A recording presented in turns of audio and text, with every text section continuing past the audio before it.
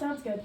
All right, for Unit 1.2, it talks about defining political organizations. So it doesn't really go off of what 1.1 was. It kind of just talks about the general kind of organizations that make up the earth and the world. Everything good and amazing. How do I? Oh, here we go. So it's in this really awful yellow color. I have some of our vocab terms that will help when we get to the Brad Kogo.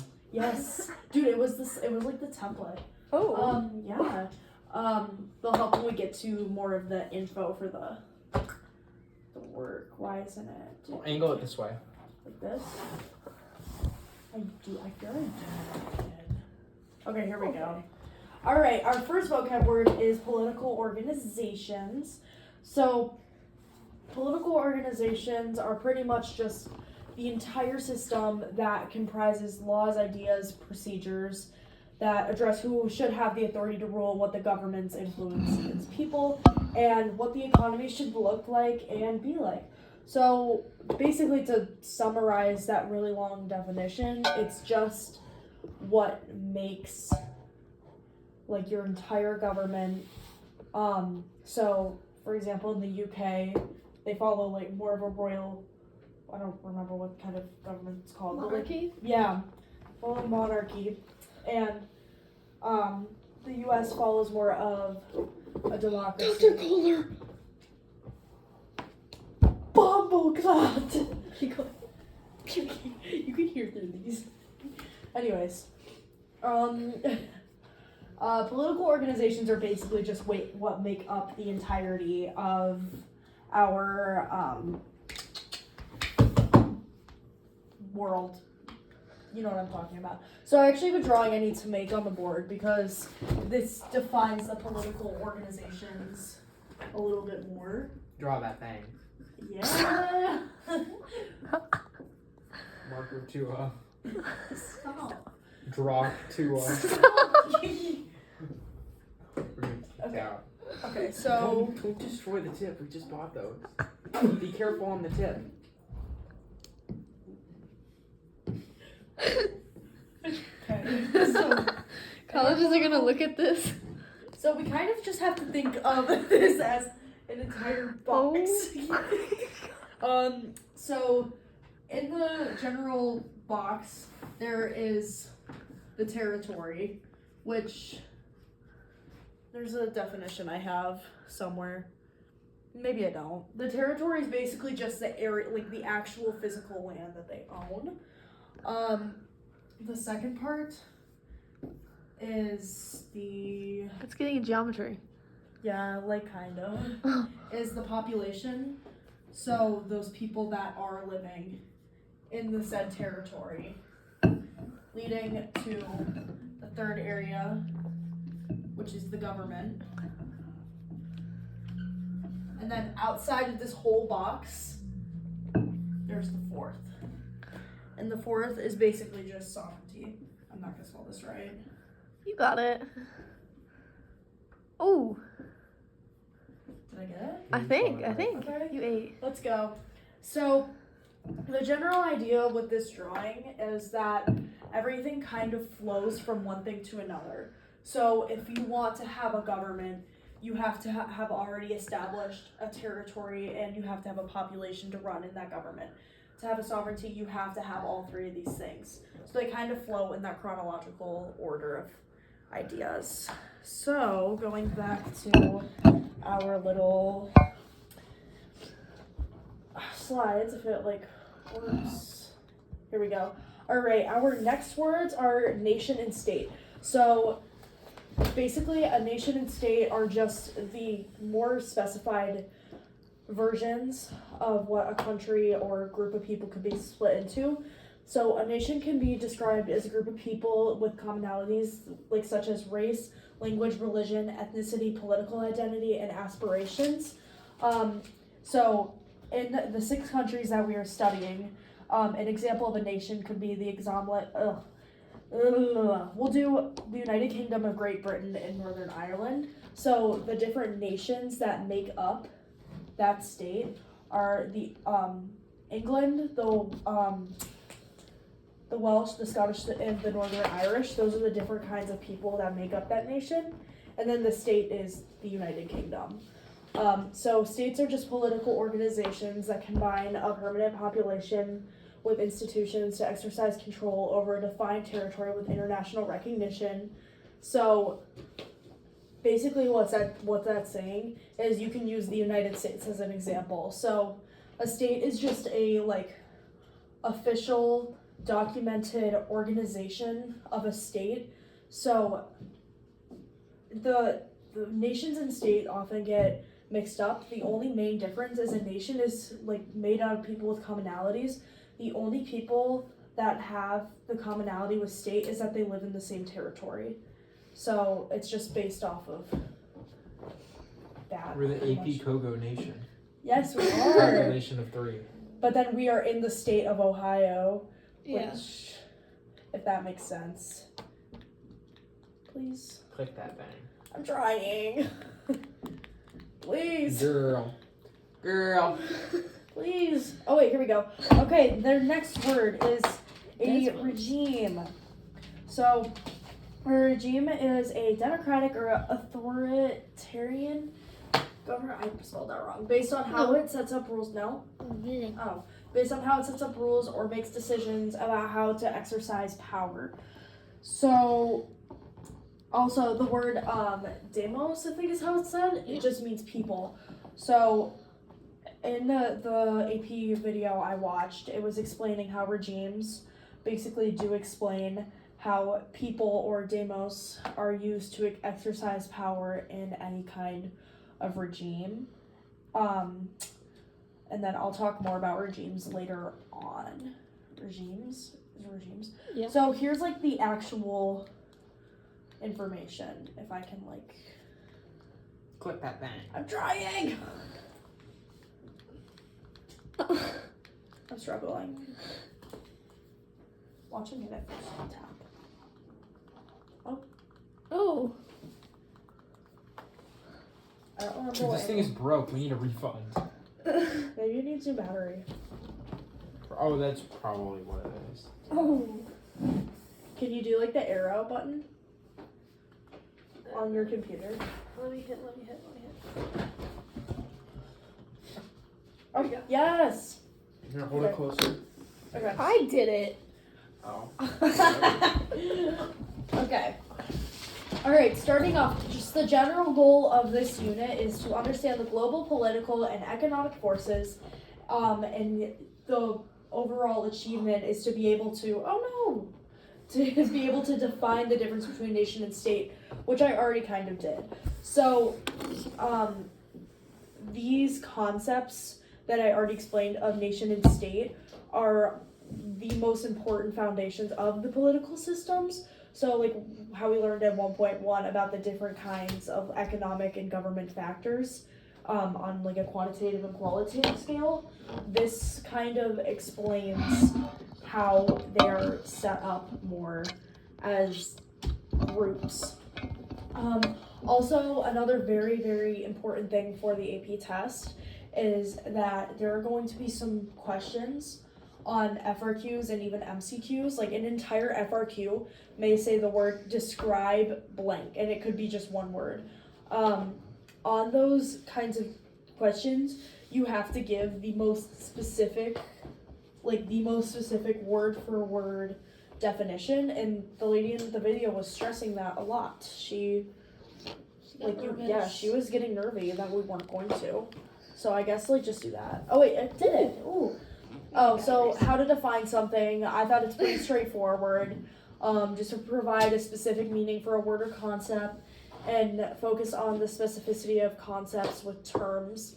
So using like those very detailed words that wouldn't really show up in another definition, just making sure you can explain the entire term, kind of how I did back in the vocab section. That's what they would look for when you ask for a define or a definition. So is it gonna work?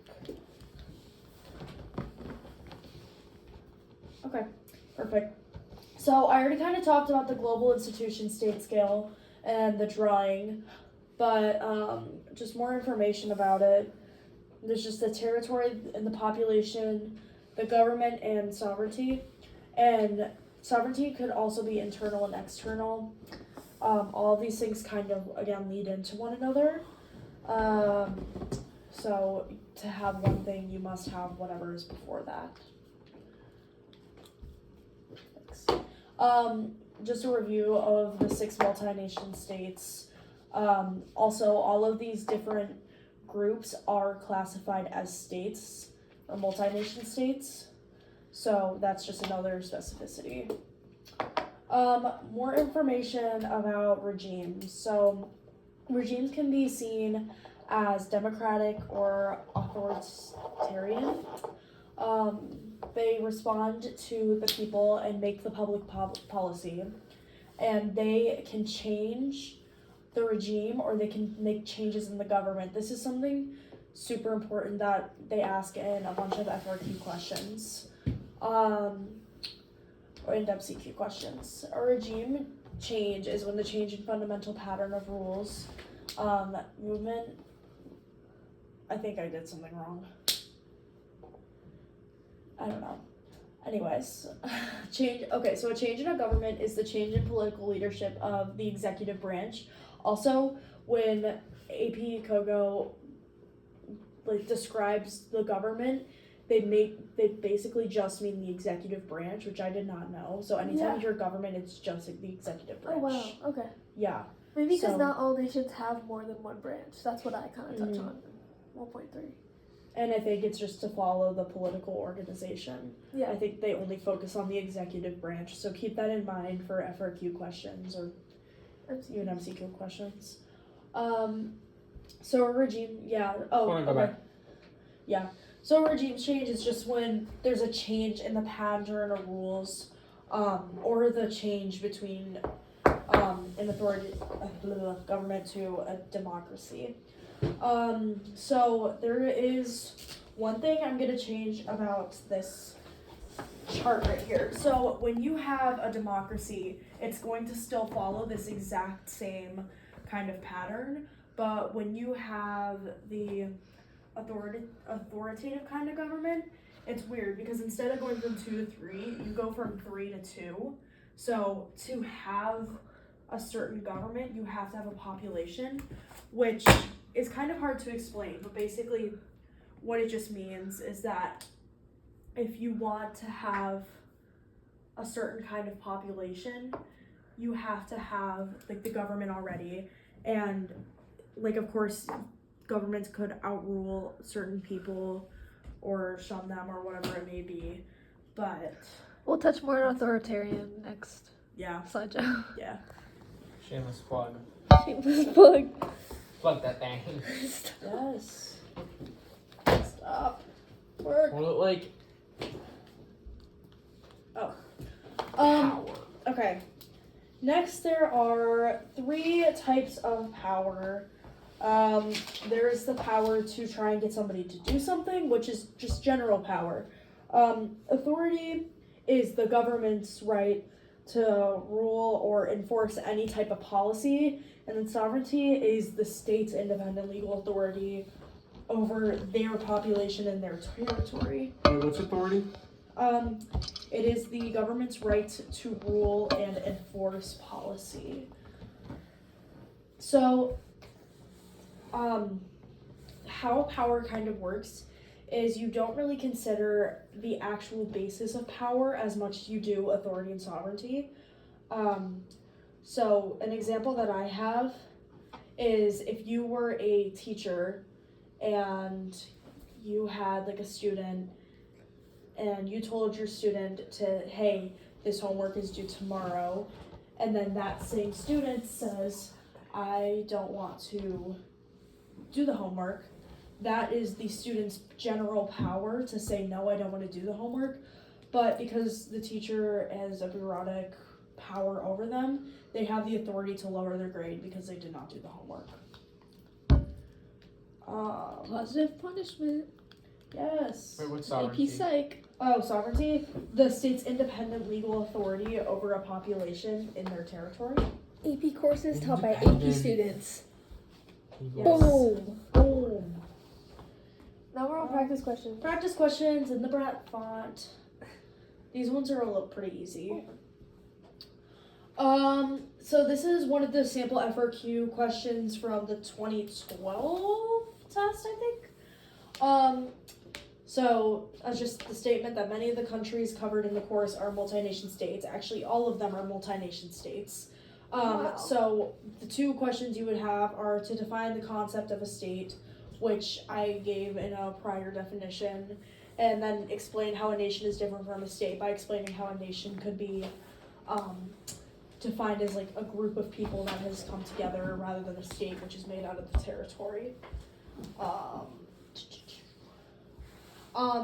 The next one is the difference between regime changes and changes in government. So, A regime change is when the pattern of rules changes, and a changing government is just when the leader changes. exactly. Yeah, so there's an example somewhere in one of the videos, and I think that it might be later on in one of the other questions too. This was actually one of the last FRQ questions on, no it wasn't. So 2023 or 2022? No, there's one from a 2015 one that was like 2 words. It's up there somewhere. Again, like defining the concept of a regime change, or regime change is like one of the most important things, just to know how to define things, which we're pretty good at, but Define that thing. define that thing. Okay. So I actually don't have the answer in here to that, but you would just explain the definition Which and the concept. which is- changes like the policies and issues the government covers?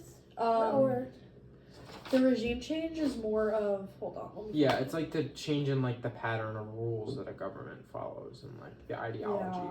Or it's like a shift from authoritarian to the democratic. So it's like patterns versus like the Right. actual thing. Okay. Okay. And then here's just a multiple choice question.